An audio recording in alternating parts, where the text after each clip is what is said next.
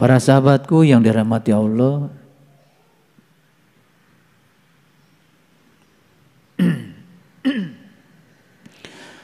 hari ini saya akan menyampaikan beberapa pesan leluhur dan semoga kita bisa memahami pesan-pesan ini.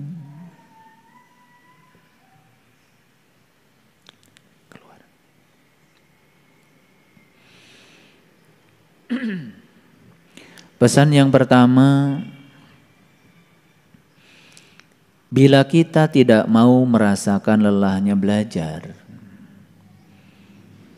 maka kita akan menanggung pahitnya kebodohan di masa yang akan datang. Orang yang tahu dengan orang yang tidak tahu itu sangat berbeda. Orang yang bijaksana dengan orang yang tidak bijaksana itu sangat berbeda.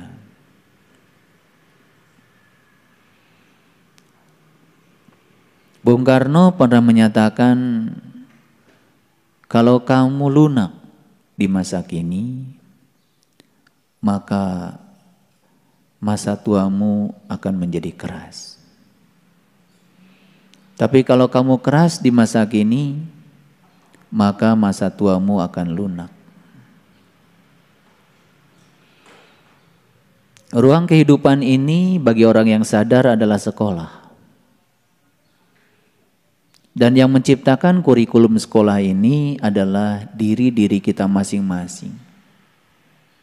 Karena setiap diri datang ke semesta ini sudah membawa data karma masing-masing. Kehadiran kita ke semesta ini karena kita harus menyelesaikan seluruh urusan yang tertulis dalam data karma kita.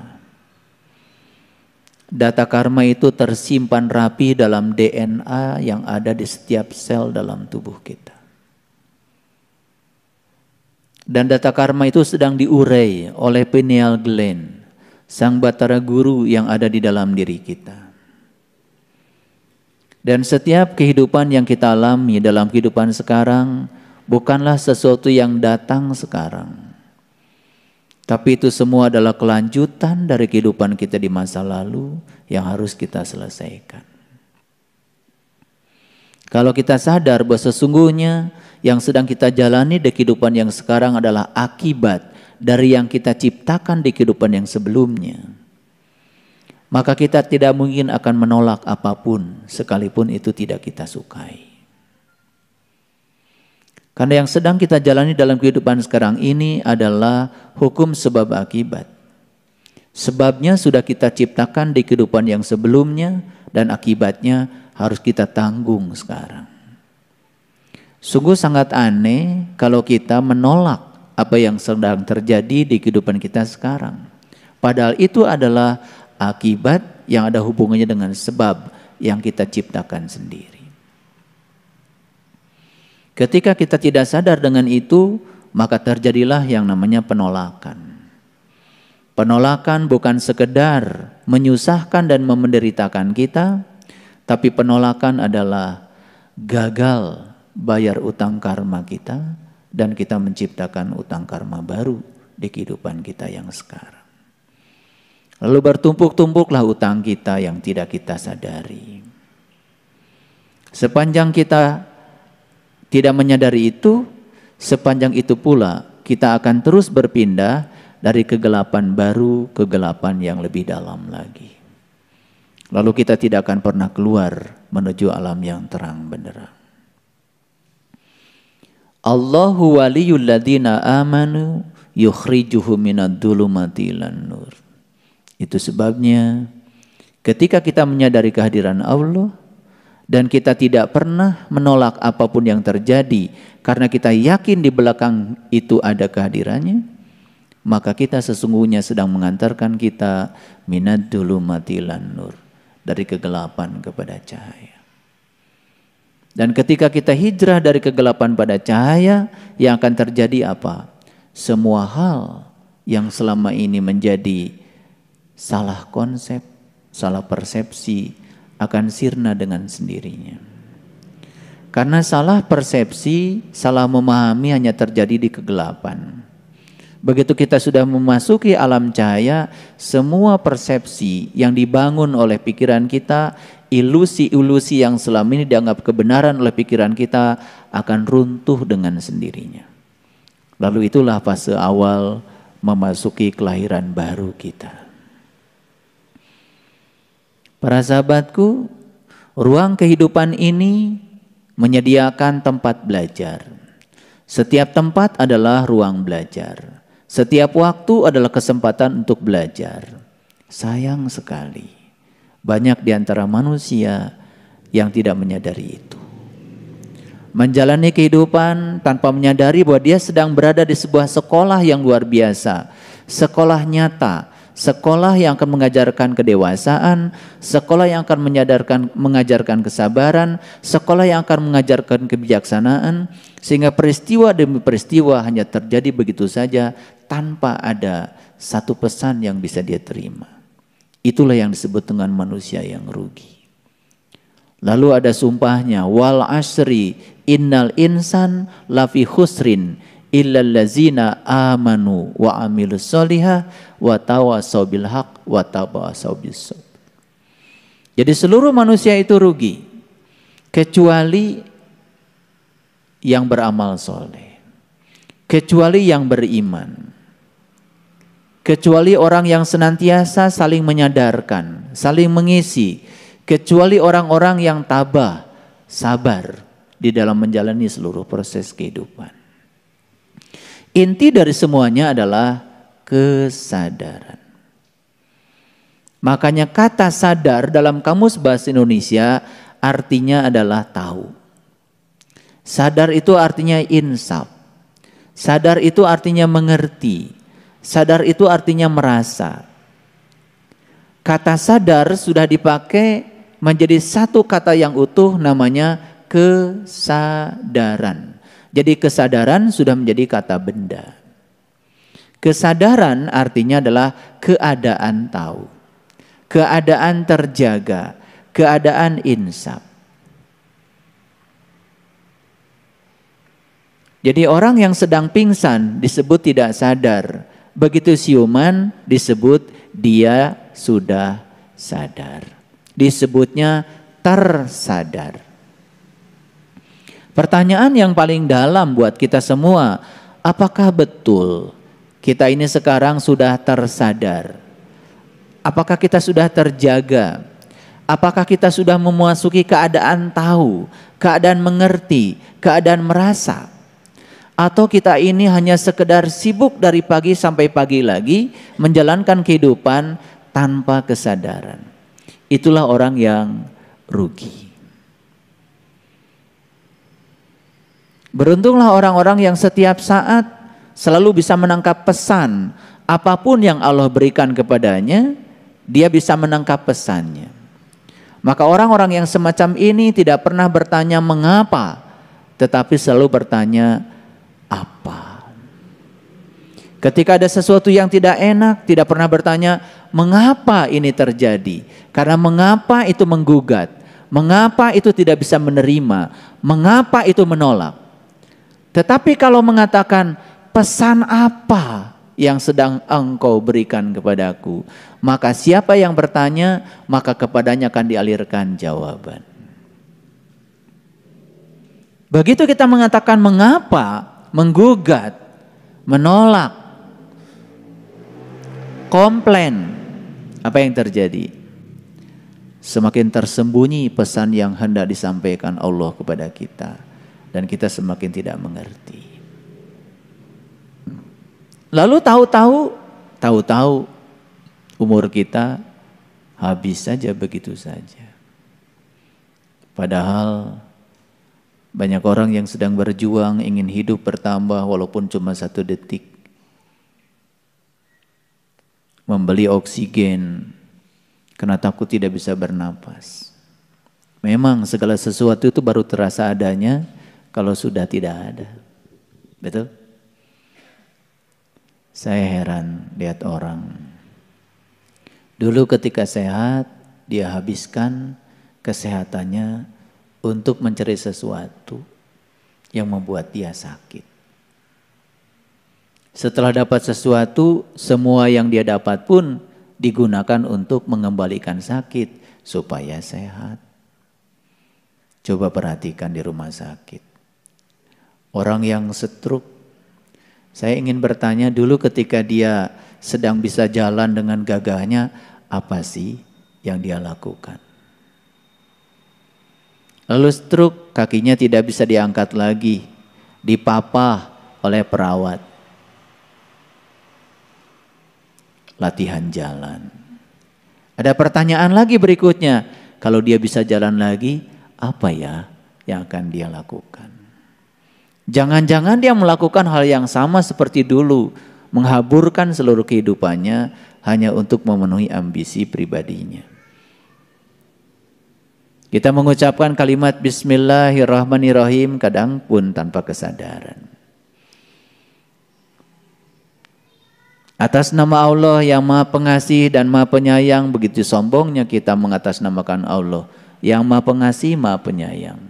Tapi tidak ada kesadaran bahwa sesungguhnya yang namanya wakil Allah harusnya membawa sifat-sifat Allah. Masa wakil Allah begitu? Penuh dendam, kebencian, iri hati, tidak bisa menerima kenyataan. Masa wakil Allah begitu? Masa wakil Allah sempit? Masa wakil Allah pikirannya seperti itu? Harusnya kan malu. Tetapi karena dari kecil kita sudah didogma, apapun yang mau kita kerjakan, mulai saja dengan kalimat Bismillahirrahmanirrahim. Lalu itu menjadi kebiasaan. Lalu kita menjadi robot saja tanpa kesadaran. Betul apa tidak?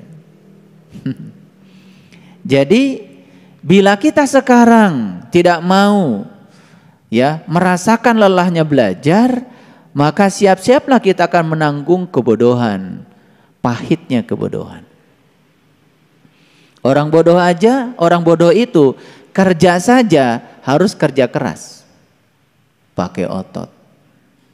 Pintar sedikit namanya kerja cerdas, pakai otak.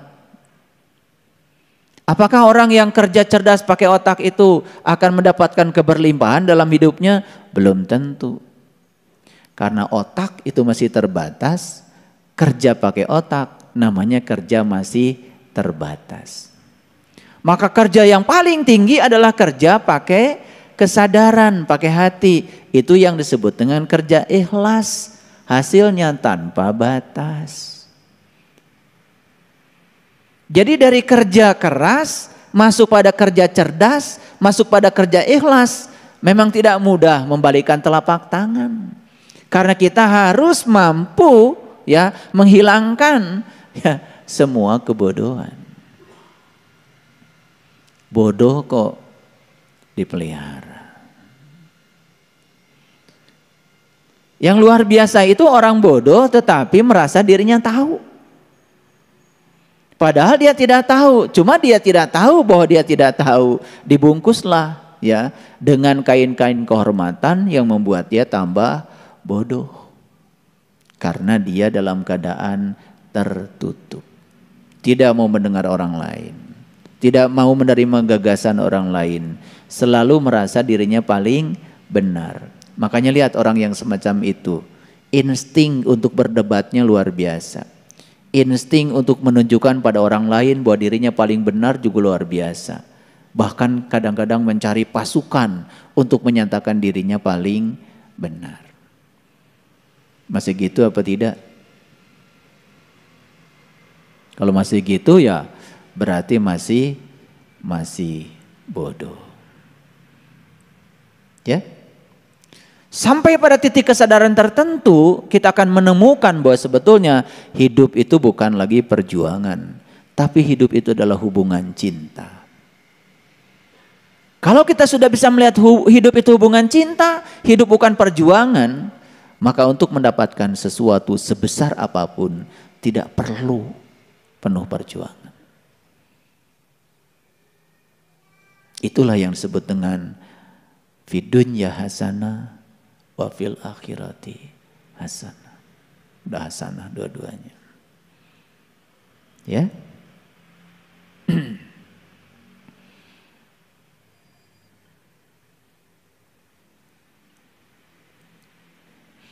Semua orang ingin agar kehidupannya lebih baik. Ada istilah husnul khotimah. Semoga husnul khotimah. Jadi husnul khotimah itu sempurna di akhirnya. Bagaimana kita bisa husnul khotimah kalau kita tidak mampu memberangus kebodohan yang ada dalam diri kita sendiri?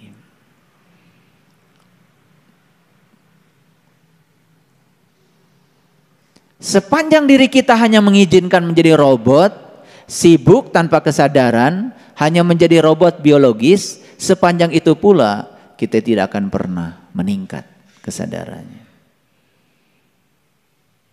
Udah berpengalaman bukan? Sholat 5 waktu sudah, wudu sudah, haji sudah, saum tiap Ramadan dijalankan, zakat fitrah sudah. Semua rasanya sudah dilakukan, kewajiban-kewajiban kita.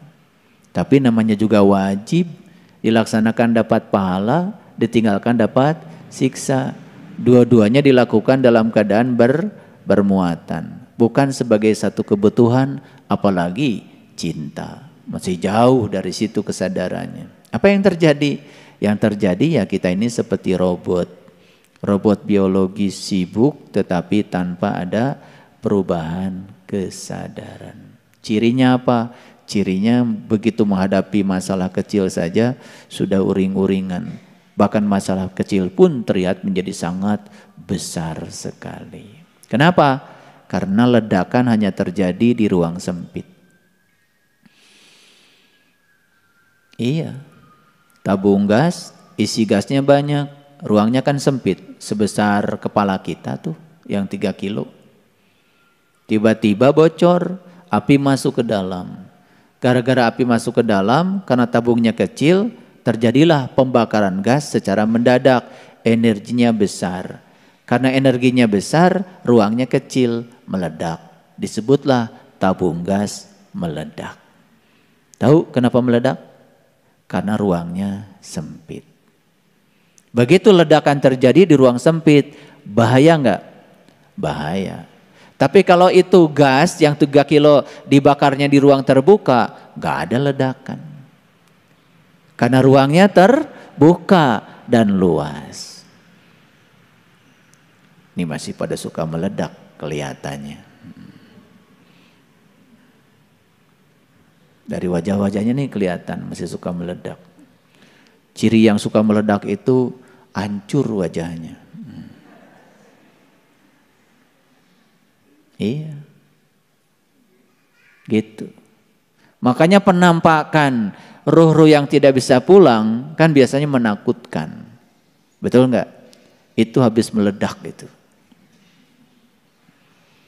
Dan ledakan selalu terjadi di ruang sempit. Makanya ilmunya sempit. Pengetahuannya sempit. Sudut pandangnya sempit. Dadanya sempit. Pikirannya sempit. Lihat orang kayak gitu. Dikit saja energi negatif datang pada dirinya. Langsung meledak. Itu yang sering disebut kecelakaan spiritual. Sholat sudah, tapi ledakan masih sering terjadi. Harusnya kan bertanya, ada apa dengan sholatku? Suka bertanya gitu enggak? Suka enggak begitu? Ngajinya rajin, seragamnya 7 seminggu. Tapi suka meledak. Harusnya kan ada apa dengan pengajianku? Ya. Tetapi karena tidak pernah bertanya, tidak pernah menyadari, ruang belajar ini diabaikan begitu saja. Setiap kurikulum di ruang belajar ini tidak pernah dituntaskan. Apa yang terjadi? Yang terjadi hanya menghabiskan waktu begitu saja tanpa ada perubahan kesadaran. Saya tanya, mau nggak husnul khotimah? Mau nggak husnul khotimah? Husnul khotimah itu syaratnya cuma satu, berhenti berprasangka buruk. Yang namanya berprasangka, prasangka baik saja jelek, apalagi prasangka buruk. Prasangka itu persepsi. Dalam bahasa Quran disebutnya dzon. Wa may yatabi'u aksaruhum illa dzon. Inna dzon kana la yughni minal haqqi syai'a. Kebanyakan manusia melaksanakan sesuatu hanya dengan dzon. Dzon itu prasangka. Prasangka baik saja itu sudah jelek, apalagi prasangka buruk. Ada nggak prasangka baik? Ada. Persepsi, ilusi pikiran yang dianggap kebenaran itu juga prasangka. Cuman kategorinya prasangka baik. Jadi kalau prasangka yang baik saja jelek, apalagi yang jelek. Bagaimana bisa husnul khotimah kalau apapun yang kita lakukan cuman atas dasar prasangka. Prasangka itu bahasa Qur'annya dzon. Dan Quran mengatakan wa may yatabi'u aksaruhum. Kebanyakan manusia 99% dalam kehidupannya menjalankan sesuatu hanya dengan prasangka. Jadi prasangka itu kalau bahasa orang Jakarta itu kali aja. Sholatmu diterima nggak sama Allah? Kali aja.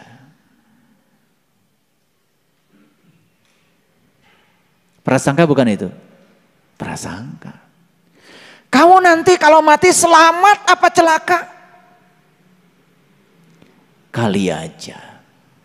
Nah kali aja tuh dibungkus pakai kain kehormat. Namanya wallahu alam. Itu kain kehormatannya. Habis ngomong menceramahi orang. Banyak ayatnya. Dipungkas dengan wallahu alam.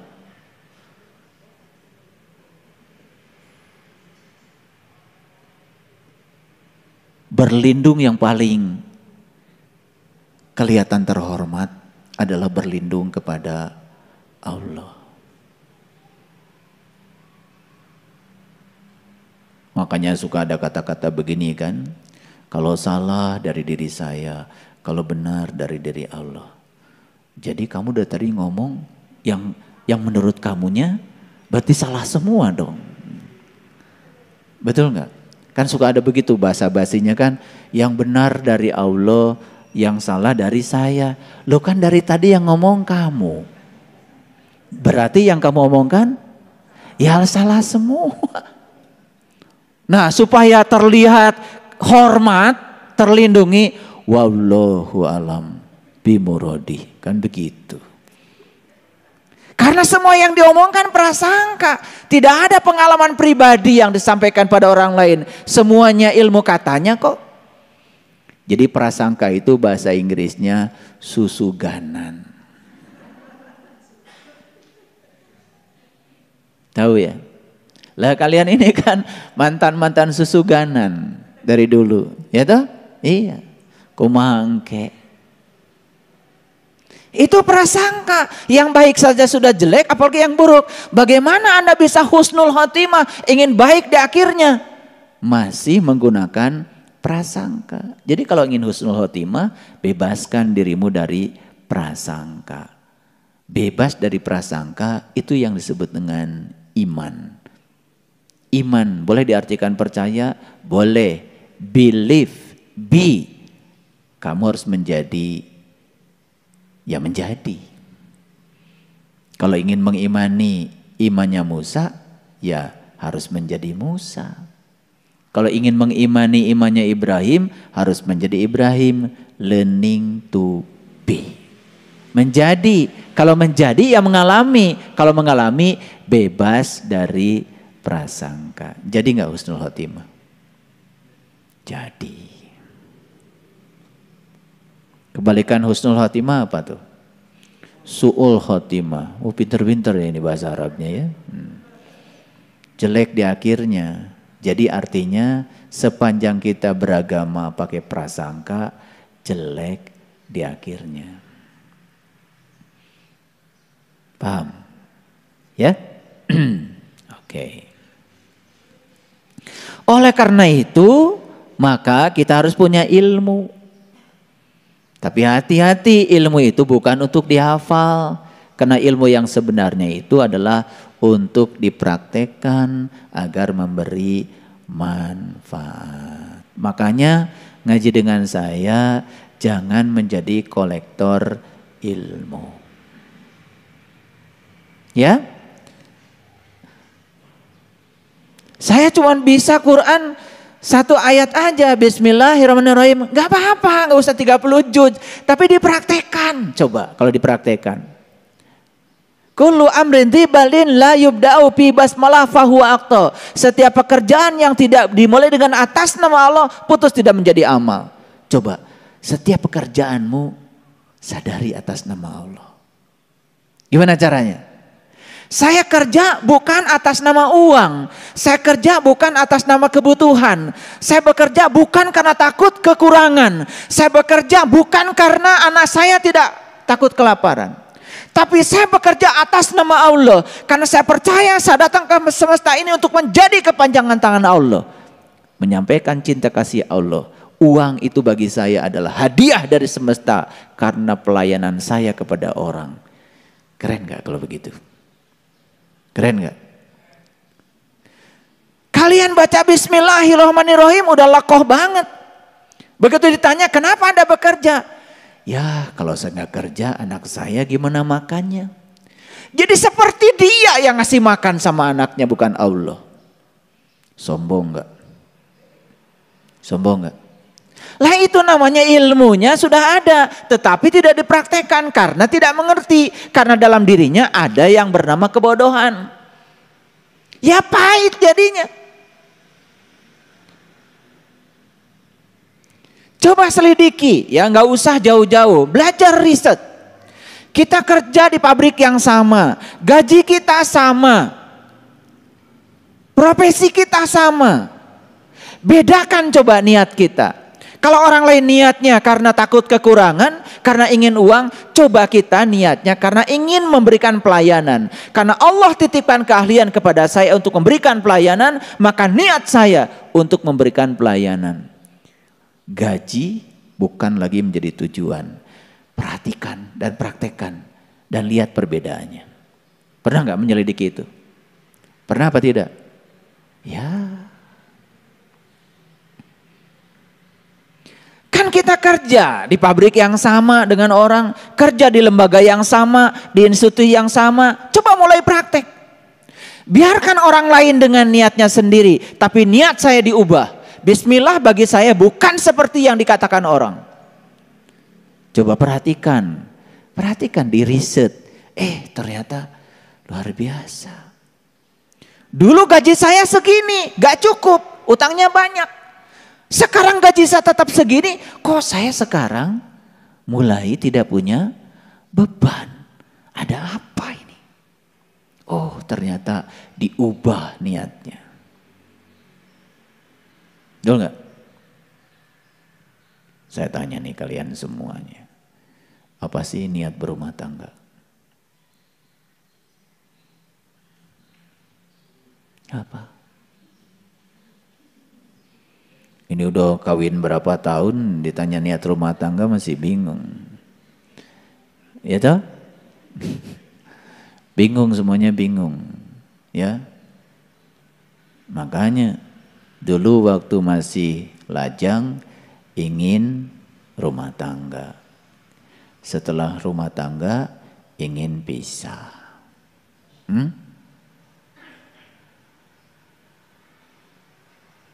Padahal ayatnya suka dibaca. Setiap kali ada kawinan pasti ayatnya itu. Apa tuh? Wa min ayatihi an khalaqalakum, kan gitu ayatnya. Ya toh? Suka dengerin ayat itu? Pasti. Pokoknya nikahan dimanapun di Indonesia ayatnya pasti itu. Kayaknya nggak ada ayat lain seakan-akan.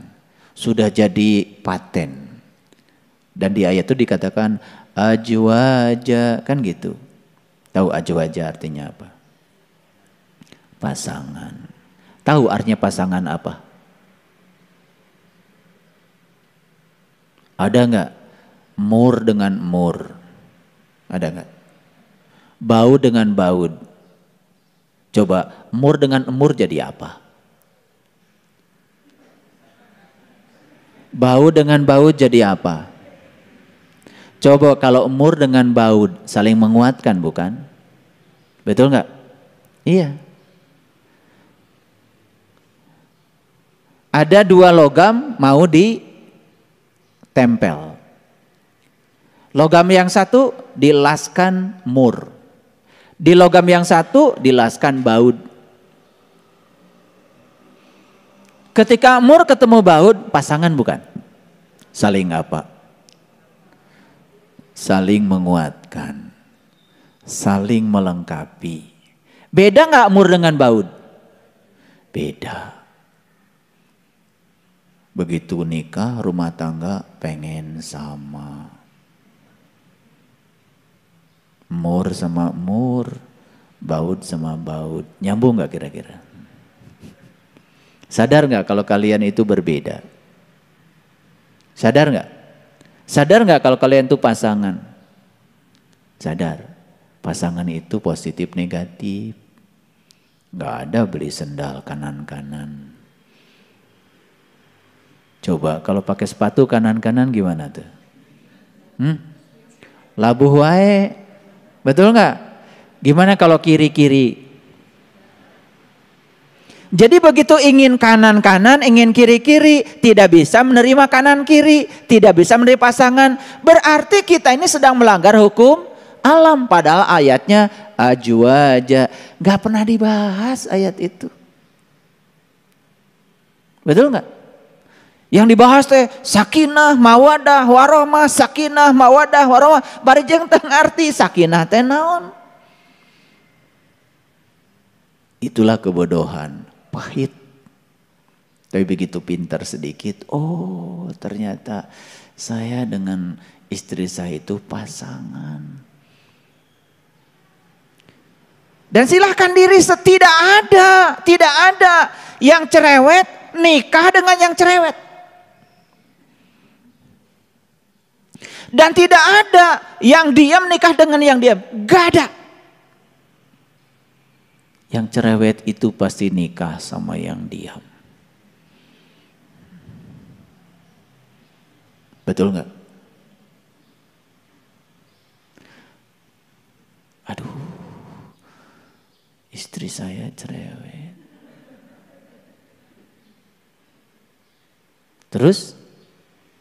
Oh, ternyata istri saya adalah guru saya untuk belajar diam. Karena belajar diam yang paling bagus sama yang cerewet. Coba, kita mau ngomong satu kata, dia sudah ngomong. Mau ngomong lagi, udah duluan lagi ngomong. Sukses gak belajar diam? Sama siapa? Aduh. Langsung terima kasih Tuhan.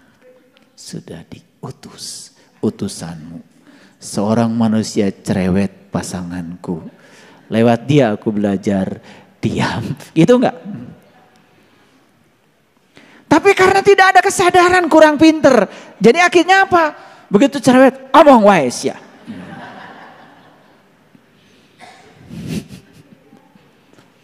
Tapi kalau dilihat itu sebagai mitra, sebagai pasangan, jadi klop. Akhirnya bikin puisi. Kamu dan aku seperti mur dan baud. Gitu kan puisinya. Kita saling menguatkan. Wih keren. Karena kata Allah kita ini adalah ajwaja. Gitu enggak? Boro-boro. Ngerti gitu. Betul enggak? Iya. Yang terjadi adalah membangun neraka. Karena kalau mur dengan mur, baud dengan baud, ya pakai truk. Nggak nyambung. Makanya saya mau bikin pelatihan. Ya, BSI mau bikin pelatihan khusus untuk menangani persoalan relationship.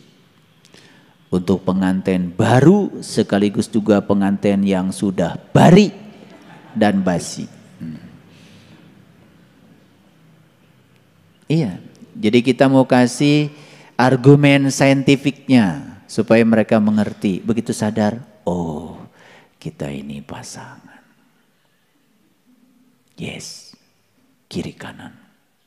Men are from Mars, women are from Venus.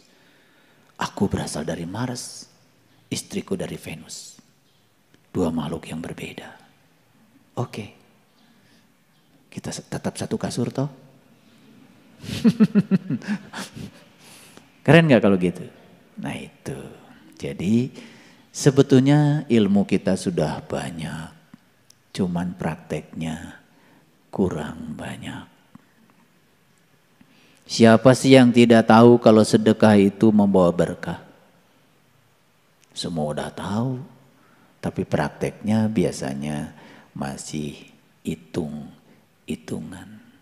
Betul nggak? Itu karena tidak mau mencoba. Gitu.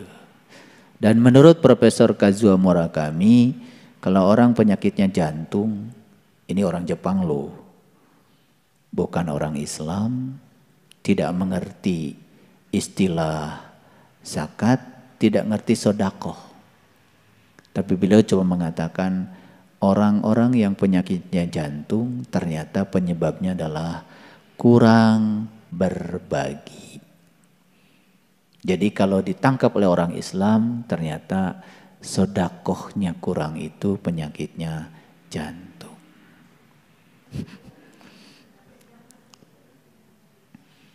Ini kalian ini setiap Rabu kan datang ke sini, kemudian saya kasih nasihat. Senang gak dikasih nasihat? Senang ya. Padahal siapa yang menasihatimu secara sembunyi-sembunyi, maka ia benar-benar menasihatimu. Siapa yang menasihatimu di halayak ramai, sebenarnya dia sedang menghinamu.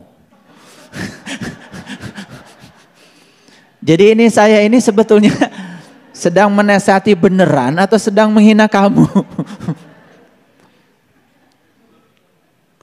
Gini, kalau saya nasihatin Hari di depan halayak, itu saya menghina Hari. Tapi kalau saya panggil Hari, kemudian saya nasihati di kamar atas, kita berdua, itu menasihatinya dengan penuh cinta kasih. Benar-benar menasihati. Pertanyaannya gimana nih, sekian banyak orang dinasihati, ini menasihati beneran. Kan sembunyi-sembunyi, kan tertutup nih ruang ini. Hanya kita yang tahu. Betul nggak? Iya. Karena saya kan tidak menasihati satu-satu. Betul nggak? Saya menasihatinya bareng-bareng. Jadi ini menghina atau menasihati kira-kira? Menasihati. Yang merasa dihina, ya baperan berarti. Nah, kenapa kita perlu saling menasihati? Jadi sebetulnya menasehati sekalipun itu anak kita, kalau di depan temannya kan tidak boleh. Karena nanti anak kita merasa terhina. Apalagi memarahi dia di depan orang banyak. Betul nggak? Nah, saya mau tanya jujur nih. Pernah nggak memarahi orang di depan orang banyak? Angkat tangan. Kok sedikit ya? Ternyata yang jujur di ruangan ini cuma sedikit ya. Atau memang tidak pernah? Itu berarti senang saya. Ya, memarahin orang di depan umum, kira-kira menghina atau apa istilahnya yang paling tepat? Karena menasihati orang saja di depan umum itu sudah menghina. Apalagi memarahin orang di depan umum, coba. Apa kata yang paling tepat untuk dia? Menghina atau merendahkan? Merendahkan. Makanya kadang-kadang kita sering tidak sadar. Betul nggak? kita memarahin orang di depan orang. Padahal menasihati saja, kalau di depan orang itu sudah menghina, apalagi memarahi.